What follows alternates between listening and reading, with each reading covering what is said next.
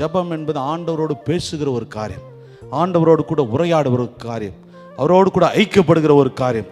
அவ்விடத்துல போய் நம் வேண்டுதல்கள் விண்ணப்பங்களை எல்லாம் அவர் சமூகத்தில் ஊற்றுகிற ஒரு காரியம், அவரோடு கூட பேசுகிற ஒரு தருணம். தகப்பனும் பிள்ளையும் பேசிக்கொள்கிறது போல நாம் அவரிடத்தில் பேசும்போது கர்த்தரதை அன்பாய் கூர்ந்து கவனித்து கேட்கிற தேவனாக இருக்கிறார். அதனால தான் வேதம் சொல்லுகிறது, நீதிமான்கள் மேல் அவருடைய கண்கள் எப்பொழுதும் நோக்கமாக இருக்கிறது, நீதிமான்களுடைய விண்ணப்பத்தின் சத்தத்திற்கு அவர் செவிகள் எப்பொழுதும் திறந்தவைகளாக இருக்கிறது.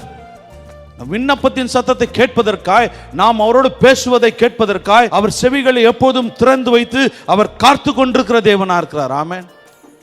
பல வேளையில் பெற்றோர்கள் கூட என்ன பண்ணுவாங்க, பிள்ளைங்க பேசுகிறத ஒரு டென்ஷனில் இருக்கும்போது என்ன பண்ணிடுவாங்க, அப்போ அப்புறமா பேசு, அப்புறமா சொல்லுன்ற மாதிரி அதை புறக்கணிச்சுட்டு போயிடுவாங்க. ஆனால் ஆண்டவர் அப்படி செய்கிற தேவன் அல்ல.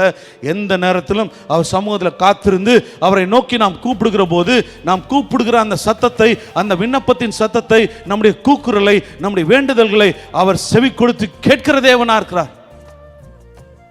நமக்குள்ள அந்த சந்தேகமே வேண்டாம், ஆண்டவர் என் ஜெபத்தை கேட்கிறாரா, ஆண்டவர் சமூகத்தில் விண்ணப்பம் எட்டுகிறதா என்பதை நாம் அதை நினைக்காதபடிக்கு என் கர்த்தர் என் விண்ணப்பத்தை கேட்கிறவராக இருக்கிறார். ஆமென்.